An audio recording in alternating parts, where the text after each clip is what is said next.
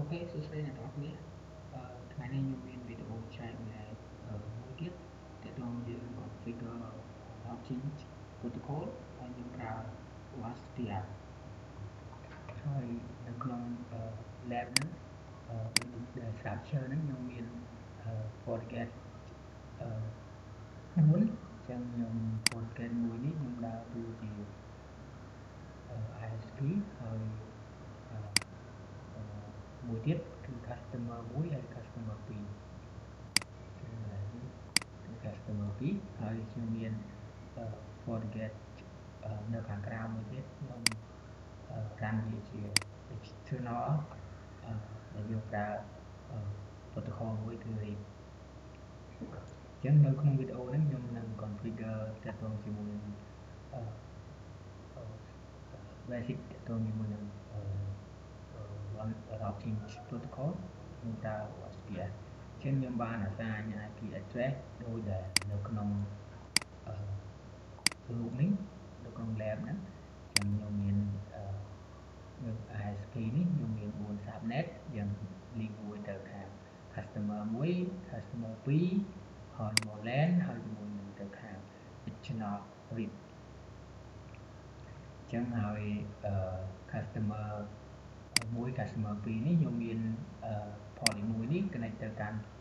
ISP ហើយ poly 2 link ទៅកាន់ LAN ហើយ poly 10នេះខ្ញុំធ្វើជា management IP ដើម្បីយើង remote តាម web interface ចឹងដូចដែលអ្នកទាំងអស់គ្នាមើលទៅតាម IP ខ្ញុំបាន set ហ្នឹងទៅហើយឥឡូវខ្ញុំចាប់ផ្ដើមចូលចឹងខ្ញុំបាន rename វាឲ្យអស់ហើយចឹងនេះជា router external ហើយនេះជា router gateway មានថា Fortigate gateway អូខេខ្ញុំបានដាក់ IP រួចរាល់អស់ហើយអ្នកនរមើល IP ចឹងនេះ customer មួយខ្ញុំបានដាក់ IP វា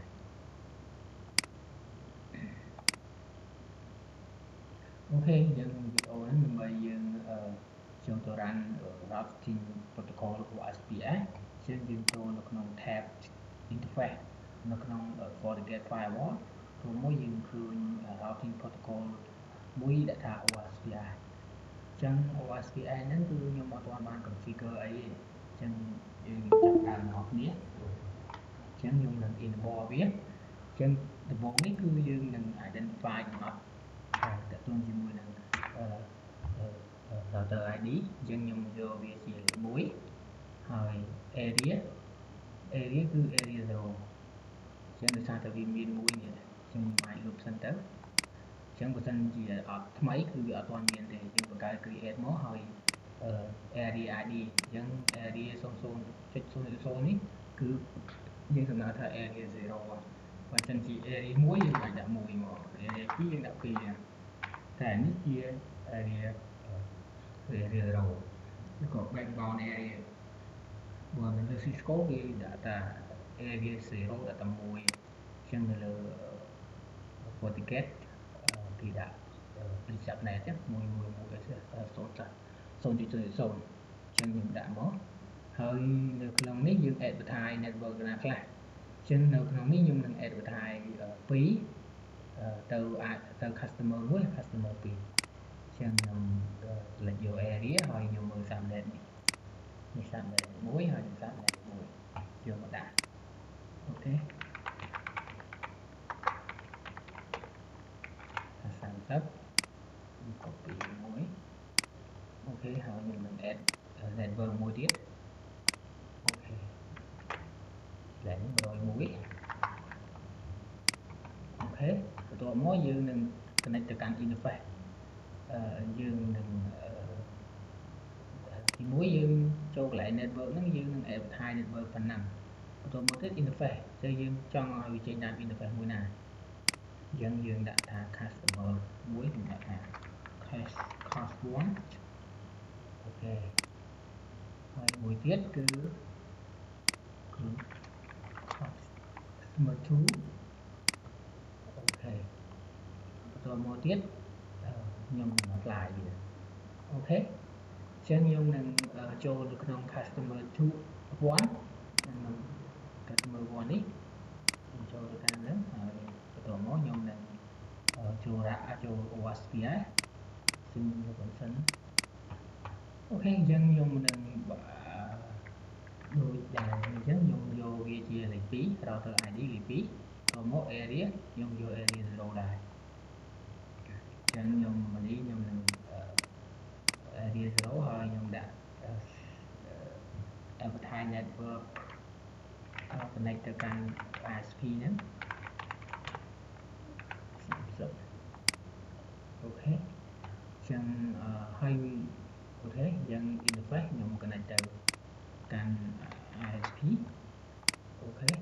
ចឹងខ្ញុំកាន់ទៅកាន់ ISP នេះយើងមើលទៅនេះ connect ទៅកាន់ ISP អូខេយើងមួយទៀតអស់ហើយយើងនៅកាន់អូភ្លេចអាក់ឡាយ sorry ដល់ទៀត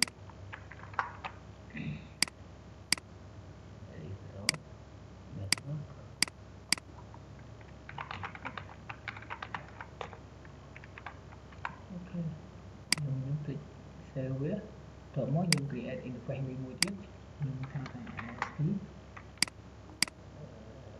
អូខេចឹងកន្លែងនេះខ្ញុំ apply វាអូខេយើងចូល ISP 2 customer 2ខ្ញុំចូល OSPI នឹងដែរលេខ3ចឹងនេះវាមានស្រាប់អូខេកន្លែងនេះទៅលុបសិនខ្ញុំចូលបញ្ជាក់ដល់អ្នកថាថ្មី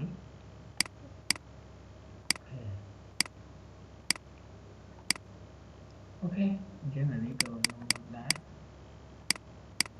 អញ្ចឹងអា default របស់វាគឺ0ហើយខ្ញុំដាក់លេខ1លេខ2លេខ3តែ router ID នេះខ្ញុំដាក់លេខ3ចូលមក area ខ្ញុំលើ area 0ហើយកន្លែង network នេះខ្ញុំនឹង advertise network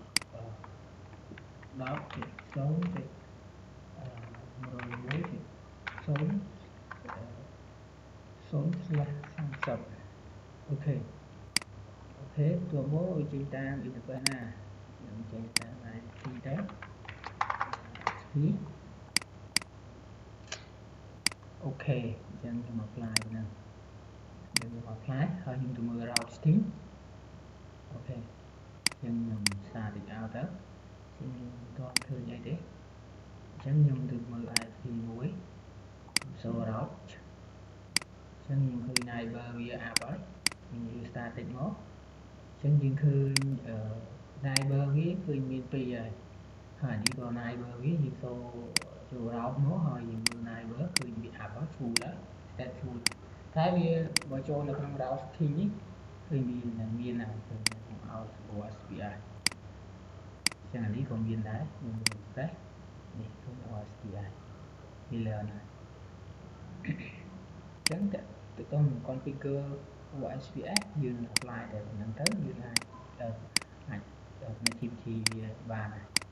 ហើយមួយទៀតខ្ញុំចង់ឲ្យ advertise subnet នេះហើយនឹង subnet នេះចូលទៅក្នុង route string domain របស់ OSPF ដែរអញ្ចឹងខ្ញុំចូលទៅកាន់មួយអញ្ចឹងនៅលើនេះយើង refresh ទៅអត់ឃើញទេព្រោះយើងនៅខាងនៅខាងcustomer នឹងគឺគាត់អត់មានបាន advertise ណាមួយមកចូលនៅក្នុង route string domain OSPF អញ្ចឹងយើងអត់ឃើញទេតែបើយើងឃើញមើលនៅក្នុង OSPF neighbor យើងនឹងឃើញ neighbor ពលា router ID មួយ2 3នេះហើយនឹងនេះជា gateway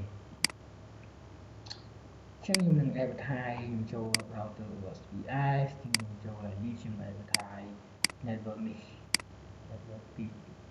network subnet នេះ 172.0.10.0.24អូខេអញ្ចឹងខ្ញុំ save ហើយខ្ញុំទៅមើល SPR មើលម្ដងទៀតវានឹងឃើញមានឃើញមួយនេះឃើញធ្លាក់មួយហើយគឺចេញពី customer មួយអញ្ចឹង subnet នេះអញ្ចឹងខ្ញុំអានេះខ្ញុំ advertise មួយទៀតបើសិនជាយើងចង់ advertise ខ្ញុំដាក់មកកន្លែង network ហ្នឹងហើយខ្ញុំយក area 0ហើយខ្ញុំនឹង advertise 172.21.20.0/24អូខេអញ្ចឹងខ្ញុំ apply ចេញមើលលើនេះទៅម្ដងទៀតខ្ញុំឃើញ OSPF 110ទេហើយ instant វានេះ Kinh protocol nó vậy nè hơi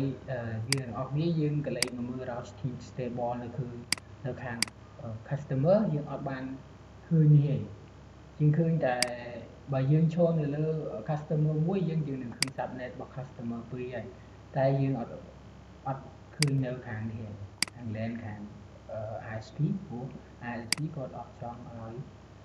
អត់បាន advertise នឹងឲ្យខាងទេខាង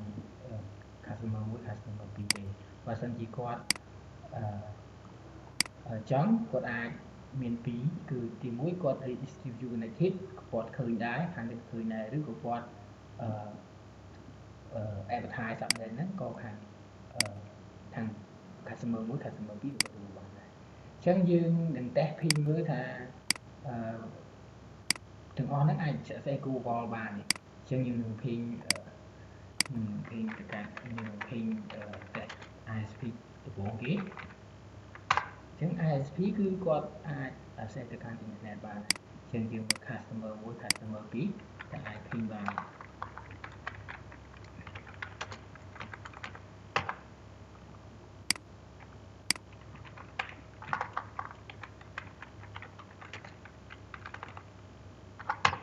អូខេអញ្ចឹងគាត់អត់អាច access ទៅកាន់ ISP ទៅកាន់ internet បាននេះអញ្ចឹងយើងនឹងចូលនៅកាន់ network ហើយជាមួយនឹង OSPF អញ្ចឹងដំបូងយើងនឹងមើល routing pin គាត់ routing table របស់គាត់អញ្ចឹងយើងឃើញ routing ប៉ុណ្ណេះឯងយើងអត់ឃើញ Fora external មកហើយយើងហើយនៅក្នុង OSPF នៅលើ ISP ខ្ញុំនឹង enable redistribute static មាន Fora ហ្នឹងឲ្យចូលនៅក្នុងroute OSPF domain អ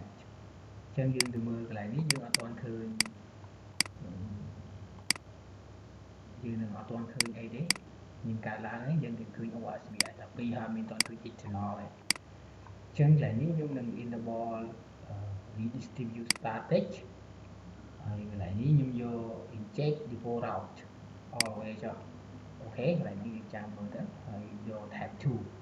ដល់នោះវានឹងចេញ tab 2អញ្ចឹងអូខេខ្ញុំ enable រួចខ្ញុំ refresh អូខេអញ្ចឹងយើងនឹងឃើញ default route 00នេះហើយជា OSPF external អញ្ចឹងអា external នេះគឺបានមកពី default route គឺនៅខាងក្រៅនេះអូខេយើង apply ប៉ុណ្ណឹងយើងនឹង test ping មើលតើ customer 1 customer 2ក៏អាច access internet បានអញ្ចឹងយើងនឹង ping ទៅកាន់8ម៉ោងទៀតអញ្ចឹងយើងអាច access ស្គាល់ហើយអញ្ចឹងបើសិនជាយើងមាន internet មួយ link មួយមកហើយនៅខាងខ្សែឬក៏នៅខាងផ្សេងទៀតបើរានជា OSPF យើងនឹង advertise default redistribute static ចូល default routing OSPF domain ទៅវាអាច access ទៅកាន់ internet បានជានេះinternet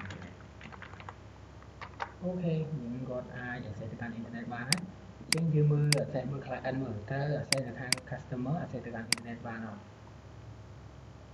អញ្ចឹងនេះខ្ញុំសូមបិទសិនហើយខ្ញុំនឹងចូលទៅកាន់ router 5គឺ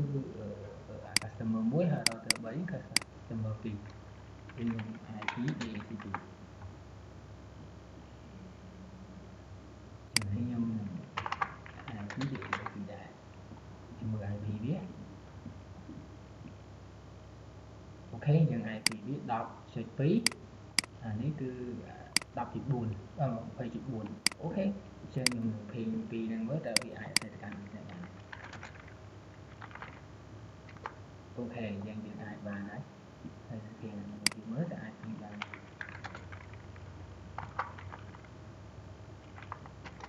អូខេយើងអាចបានអញ្ចឹងបានមូលហេតុអីមូលហេតុនៅលើកន្លែងយើង firewall 1 firewall 2ហ្នឹងយើងនឹងធ្វើកន្លែងfirewall ruling បានធ្វើវារួចហើយយើងនេះចឹងកន្លែងនេះបើសិនជាខ្ញុំ disable ចោលវិញទៅតើ ISP1 នេះអាច client នេះអាច access internet បានចឹងខ្ញុំនឹងដូរម្ដងទៀតហើយខ្ញុំតេស្តអញ្ចឹងគឺប្រកាសជាអត់ទេអ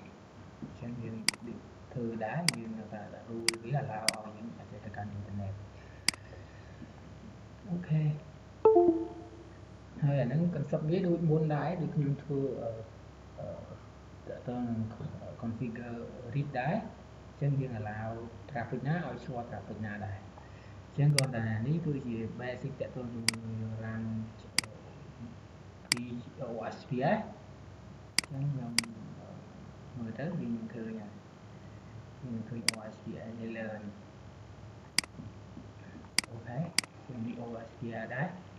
អញ្ចឹងយើងតើតើនឹងពណ៌ខុសម្ដងនេះយើងអត់មានប្រើលក្ខណៈ static ទេយើងទៅមើល static ទៅយើងអត់មានប្រើទេនេះយើង run ដោយ OSPF អញ្ចឹង